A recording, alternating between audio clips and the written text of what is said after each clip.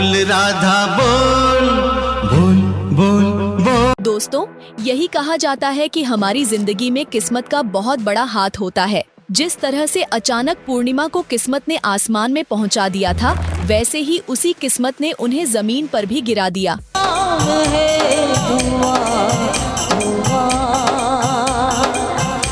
पूर्णिमा ने हिंदी और south cinema में अच्छा काम किया था और स्टार के तौर पर अपनी पहचान बनाई थी, लेकिन अपनी बीमारी की वजह से उनका करियर सिर्फ 2 साल में खत्म हो गया। इसके बाद कई कोशिशों के बावजूद वह कभी वापसी नहीं कर पाई।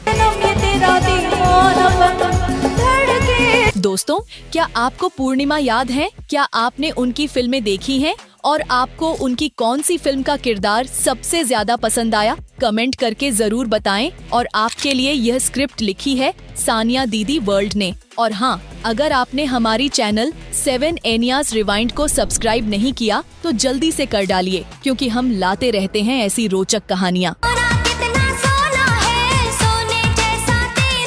आज हम बात कर रहे हैं 90 के दशक की मशहूर गायिका पूर्णिमा की। एक ऐसी गायिका जिन्होंने लीक से हटकर गाने गाए और उनके सभी गानों को लोगों ने खूब पसंद किया, लेकिन इसके बावजूद उन्हें वो पहचान और सम्मान नहीं मिला जो उनकी समकालीन गायिकाओं जैसे अलका याग्निक, कविता कृष्णमूर्ति और साधना सरगम को मिला। उनके सदाबहार गाने आज भी लोगों के दिलों में बसे हुए हैं। पूर्णिमा का करियर 2 हिस्सों में बंटा हुआ है। पहला हिस्सा उनके बचपन का था, जब वह बाल गायिका के रूप में सुषमा श्रेष्ठ के नाम से गाया करती थीं, और दूसरा हिस्सा तब शुरू हुआ जब उन्होंने अपना नाम बदलकर पूर्णिमा के रूप में एक से बढ़कर एक गाने बॉलीवुड को दिए। उनका जन्म 6 सितंबर 1960 को मुंबई में नेपाली मूल के निवार परिवार में हुआ। उनके मम्मी पापा संगीत की दुनिया से जुड़े हुए थे। उनके पिता कुशल संगीतकार और अच्छे तबला वादक थे। उन्होंने 1950 और 60 के दशक में कई मशहूर संगीतकारों और निर्देशकों के साथ फिल्मों में काम किया। उनकी माँ भी संगीत से जुड़ी थी और आशा भोसले जी की करीबी थी। यही वजह थी कि पूर्णिमा अपनी आशा काकी की गोद में बैठकर उनके गाने सुना और सीखा करती थी। बचपन से ही उनका रुझान संगीत की तरफ हो गया था। महज 5 साल की उम्र से उन्होंने गाना शुरू कर दिया था। उनकी माँ और मौसी भी संगीत की दुनिया से जुड़ी हुई थीं, इसलिए गणपति महोत्सव के दौरान गली मोहल्ले के पंडालों में वह गाने लगी थीं। पूर्णिमा ने 9 साल की उम्र में बॉलीवुड में गाना गाने का मौका पाया और बाल गायिका के रूप में डेब्यू किया। 1969 में फिल्म अंदाज के लिए उन्होंने अपना पहला गाना रिकॉर्ड किया। इस गाने के बोल थे, है ना बोलो बोलो, जिसे उन्होंने मोहम्मद रफी और सुमन कल्याणपुर के साथ गाया था। है ना बोलो बोलो, है ना बोलो बोलो। यह गाना काफी लोकप्रिय हुआ। पूर्णिमा बताती हैं कि रफी साहब उनके गाने से इतने खुश हुए कि उन्होंने उन्हें 100 रुपये का इनाम दिया। लेकिन फिर एक बड़ा दुखद मोड़ आया। 11 अप्रैल 1971 को उनके पिता का दिल का दौरा पड़ने से निधन हो गया। इस कठिन घड़ी में भी पूर्णिमा टूटी नहीं। अगले ही दिन 12 अप्रैल 1971 को उन्होंने पंजाब संगठन द्वारा आयोजित एक पूर्व निर्धारित शो में अपनी प्रस्तुति दी। कहते हैं, उस दिन जब पूर्णिमा मंच पर अपनी भीगी आंखों के साथ गा रही थी, तो नीचे बैठे सभी दर्शकों की आंखों में भी आंसू आ गए। उस समय दारा सिंह, प्राण और फिल्म जगत के कई बड़े नाम मौजूद थे, जिन्होंने सुषमा के सिंगिंग टैलेंट से काफी प्रभावित होकर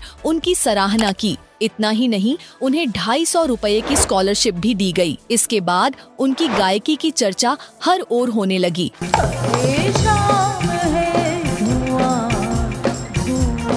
सुषमा ने संगीत की मशहूर जोड़ी कल्याण जी आनंद जी के साथ काम किया। उन्होंने रविंद्र जैन के निर्देशन में भी कई गाने गाए।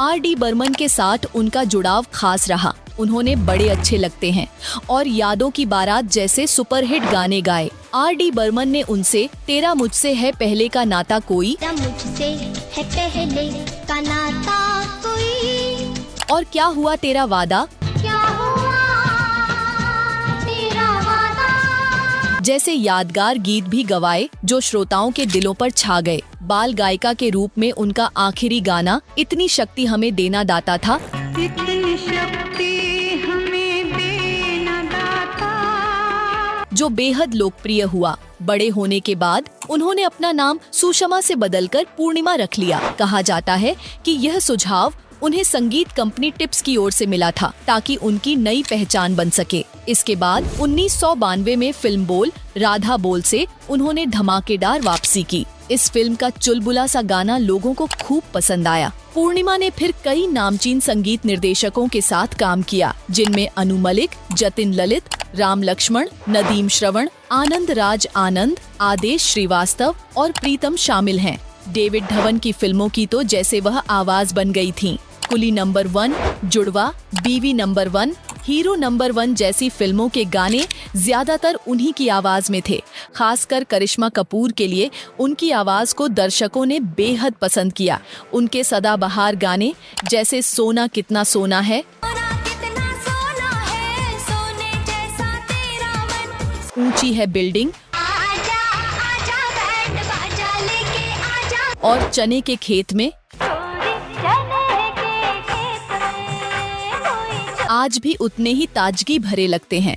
पूर्णिमा ने अपने दौर की लगभग सभी प्रमुख अभिनेत्रियों के लिए गाया, जिनमें करिश्मा कपूर, जूही चावला, माधुरी दीक्षित, मनीषा कोइराला, शिल्पा शिरोडकर, रवीना टंडन, सुष्मिता सेन, काजोल, रानी मुखर्जी, मधु, तब्बू और श्रीदेवी शामिल हैं। कहा जाता है कि उनके गाने फिल्मों को हिट कराने में अहम भूमिका निभाते थे। 90 के दशक में पूर्णिमा ने अपनी गायकी से धमाल मचाया। हालांकि उनके ऊपर कुछ अश्लील गाने गाने के आरोप भी लगे, जिनकी आलोचना हुई।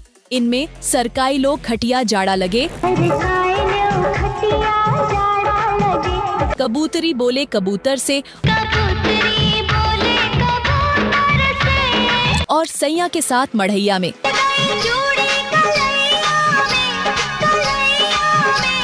जैसे गाने शामिल हैं। हिंदी के अलावा पूर्णिमा ने तमिल, तेलुगु, मराठी, उड़िया, असमी, छत्तीसगढ़ी, गुजराती, बंगाली, पंजाबी, हरियाणवी, अरबी और नेपाली भाषाओं में भी गाने गाए। उनकी आवाज का जादू हर भाषा और हर शैली में सराहा गया। इस प्रकार बाल गायिका सुषमा श्रेष्ठ और पार्श्व गायिका पूर्णिमा दोनों ही चरणों में अपने करियर को सफल बनाने में कामयाब रहीं। उन्होंने अपनी मां के सपनों को साकार किया और अपने पिता की विरासत को आगे बढ़ाने में कोई कसर नहीं छोड़ी। उन्हें 1971 और 1978 में बेस्ट फीमेल प्लेबैक सिंगर के लिए नामांकित किया गया था। दिलचस्प बात यह है कि 11 साल की उम्र में वह इस श्रेणी में सबसे कम उम्र की नामांकित कलाकार बनी। 2017 में उन्हें मोहम्मद रफी पुरस्कार से सम्मानित किया गया। इसके अतिरिक्त पूर्णिमा ने सिंगिंग रियलिटी शो भारत के सिंगिंग स्टार के तीसरे सीजन में जज की भूमिका निभाई, जिसे दूरदर्शन पर प्रसारित किया गया था।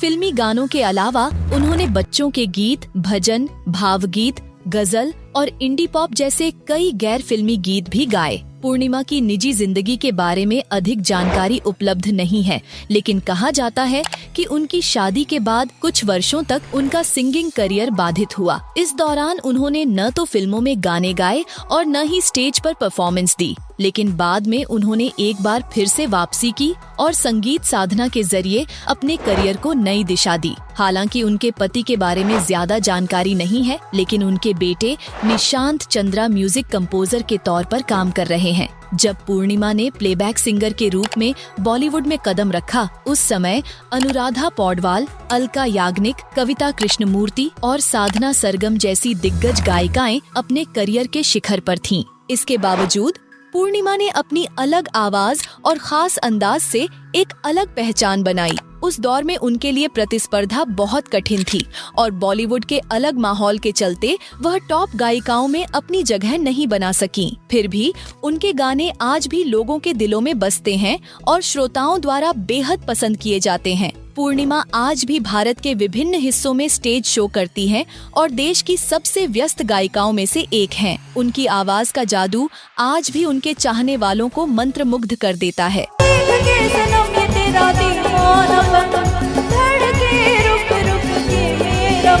यही वजह है कि आयोजक उन्हें बार बार बुलाते हैं और उनके परफॉर्मेंस का बेसब्री से इंतजार करते हैं। अपने बचपन के दिनों में उन्होंने नौशाद, मदन मोहन और रामचंद्र जैसे स्वर्ण युग के संगीतकारों के साथ काम किया। साथ ही सलिल चौधरी, एस.डी. बर्मन, कल्याण जी आनंद जी और लक्ष्मीकांत प्यारेलाल जैसे दिग्गजों के साथ अपनी आवाज का जादू बिखेरा। इतना ही नहीं, लता मंगेशकर, आशा भोसले, मोहम्मद रफी और सुमन कल्याणपुर जैसे महान गायकों के साथ काम करके उन्होंने अपनी गायकी को और ऊंचाई दी। 9 साल की उम्र से लेकर अब तक पूर्णिमा ने एक से बढ़कर एक हिट गाने गाए और अनगिनत स्टेज परफॉर्मेंस दिए। आज 63 साल की उम्र में वह अपनी म्यूजिकल जर्नी के 50 साल पूरे कर चुकी है। उनकी इस लंबी यात्रा से उनकी प्रतिभा और अनुभव का अंदाजा लगाया जा सकता है। लेकिन सोचने वाली बात यह है कि इतनी बेहतरीन गायिका की अब तक कोई भी बायोग्राफी YouTube पर क्यों नहीं है, और क्यों बॉलीवुड और संगीत प्रेमियों ने उन्हें वह सम्मान नहीं दिया जिसकी वह पूरी तरह हकदार थीं। यह निश्चित रूप से एक विचारणीय प्रश्न है। खैर, 7 एनियास रिवाइंड पर हम कोशिश कर रहे हैं कि भले दुनिया भुला दे, लेकिन हम उनकी कहानी और योगदान को सबके सामने लाते रहे। उम्मीद करते हैं कि पूर्णिमा एक बार फिर वापसी करे और हमें उनके और भी शानदार गाने सुनने को मिले। तो दोस्तों, यदि आप भी पूर्णिमा के प्रशंसक हैं तो कमेंट में अपनी पसंदीदा धुन का नाम जरूर बताएं। और हाँ, हमारे चैनल को सब्सक्राइब करना न भूले, वरना ऊंची है बिल्डिंग, लिफ्ट तेरी बंद है गाने के साथ आप भी अटक जाएंगे।